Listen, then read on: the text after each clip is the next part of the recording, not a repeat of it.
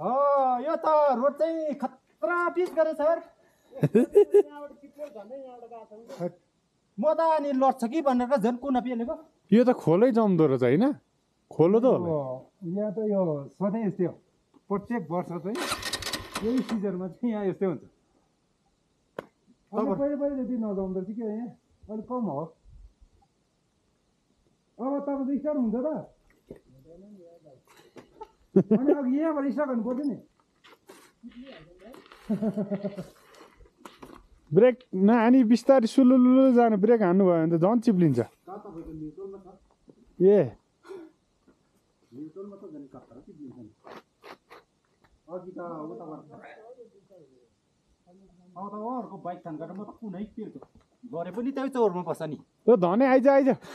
छेउबाट गयो भने त तपाईँको झन् लड्यो भने त अघि हामी यहीँबाट गएको ए ओह्रालो चाहिँ एकदम बिस्तारै ब्रेक नलागिकन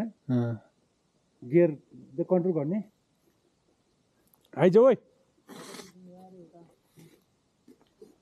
फोटो मैले भिडियो बनाइदिएको छु धने आइज नि जाउँ ढिलो हुन्छ हामीलाई त्यो भोबिजला खिच्चिन बेच्दैन म त अघि उभारले जान्छु यो त हुँदैन तपाईँको छेउमा गयो भने त झन् फतै चिप्लेर सतै हुँदो गयो भने त्यो छेउमा त जानु हुँदैन भित्ताबाट आइज धने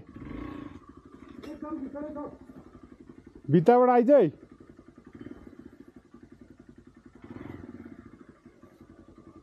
बिस्तारी बिस्तार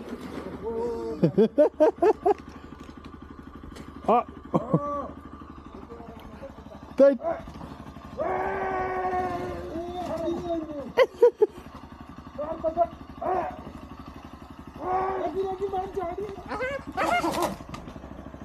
ऊ त गइहाल्ला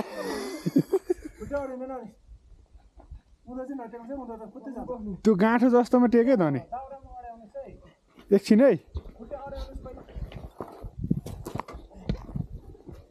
म त त्यो कुनाबाट आएको पछाडि झन् यो पछाडि त नहुने रहेछ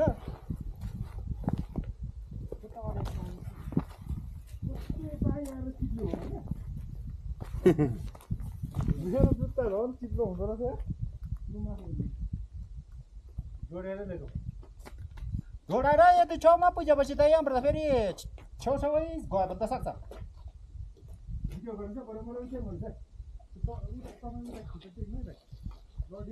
होइन पानी आएर झन् चिप्लो भयो अब यो त पुरा घरको लागि सिसा चाहिँ किन्नै नपर्ने रहेछ ओखड यताको मान्छे ओखड नगए पनि हुँदो रहेछ नि त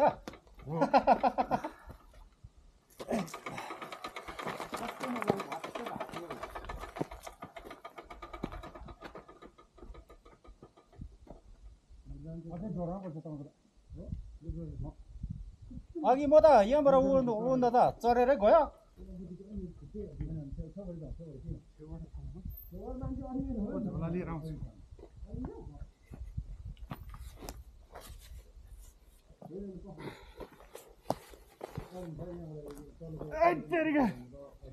एक दुईजना साथी नभए यहाँ त बिजोग पो हुँदैछ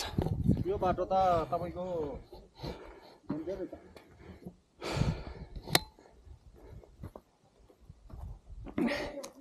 जाउँ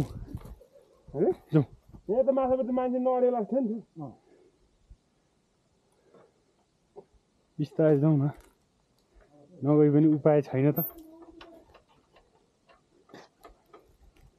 पछाडिबाट पनि समय राखौँ बिस्तारी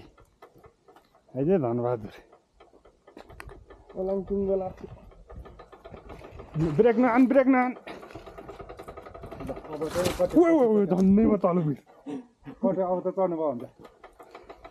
अझ यति चाहिँ घटाऊ ल अब चाहिँ चढे हुन्छ चढ्न चाहिँ यो तल पनि चिप्लो छ नि त हल्का अलिक गाह्रो गाह्रै छ है सर के क्याट ए ऊ त्यसमा लाग्दो रहेछ है छेउबाट हिँड्दा नि म समाउँछु छेउबाट हिँड्नु